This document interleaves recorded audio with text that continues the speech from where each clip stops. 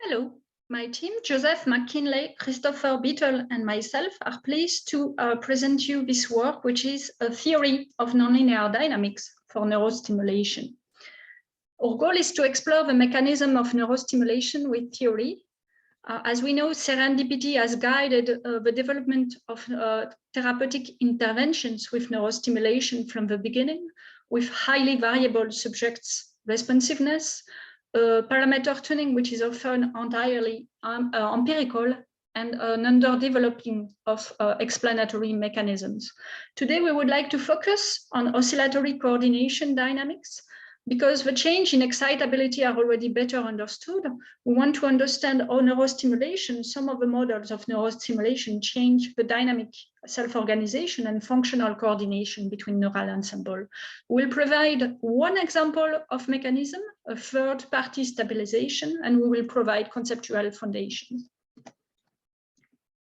If we look at all the different approaches to neurostimulation, we can see that they cover three types of approach. Perturbative approach, such as those applied in TMS, seems to have as principle an attempt to switch the dynamical regime of a state from a less healthy attractor to a more healthy attractor.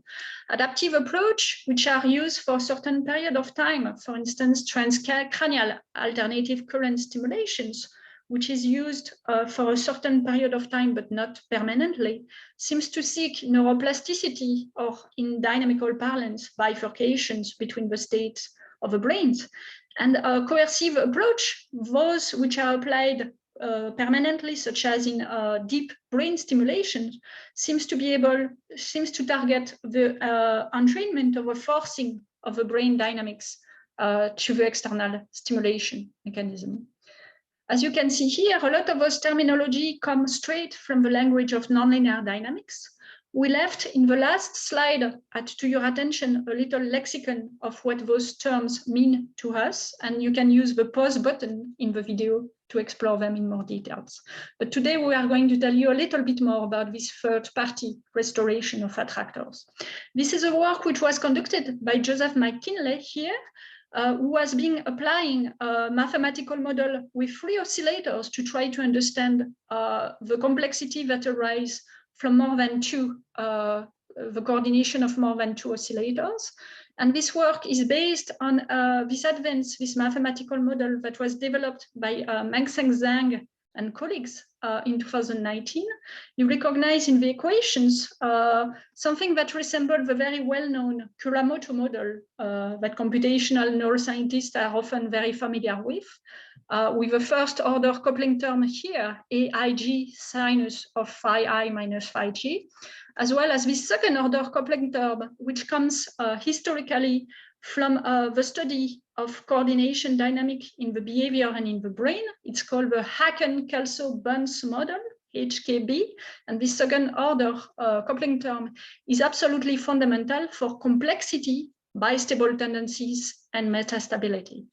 So in his work, Joseph has tried to conceptualize two brain regions that you can see here, and those brain regions were set in a range of their parameters where they are inherently monostable.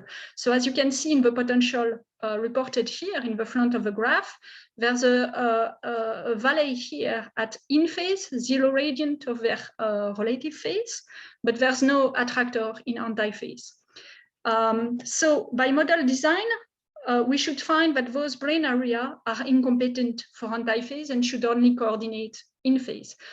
In this model, Joseph coupled both of those brain areas to stimulations to a third-party oscillator, but this third-party oscillator was chosen in a range of a parameter space where it was competent to have bistability with both brain area.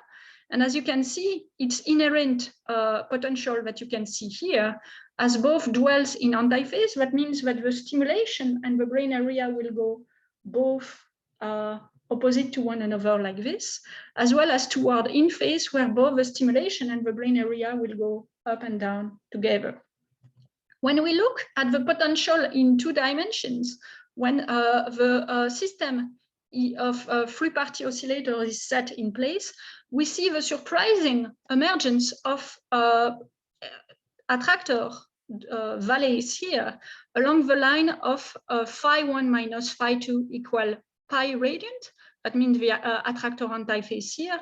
They should not be there, but the ability of the system of free oscillator to create antiphase between the brain area region 1 and 2 here has been restored by the help of the neurostimulations. So those are the two duals, those are the two valleys that you can see here and here. So the stimulation, a theoretical model of the stimulation, has helped us to develop attractor landscape that are additional attractors. And this might help in a therapeutical setting to find healthy regime of coordinations and to replace unhealthy attracting regime with more healthy one. So why should we care about antiphase?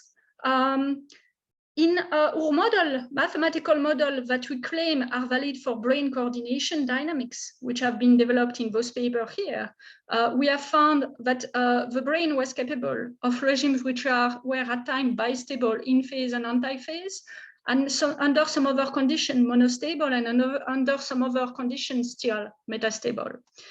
In a landmark MRI studies in 2005, Fox, Reichel and I also et al. Also uncovered anti-correlated network, which if you find a set of brain area which at time is correlated antiphase and at other point in time correlated in phase, then you have an evidence of bistability. So this was done in fMRI, and our group obviously for many, many years now have tried to characterize the bistability, the multistability and the metastability of neural ensemble using electrophysiology, with the difficulty and the caveat that the essential dipolar nature of electrical field create some spurious antiphase that needs to be taken into consideration.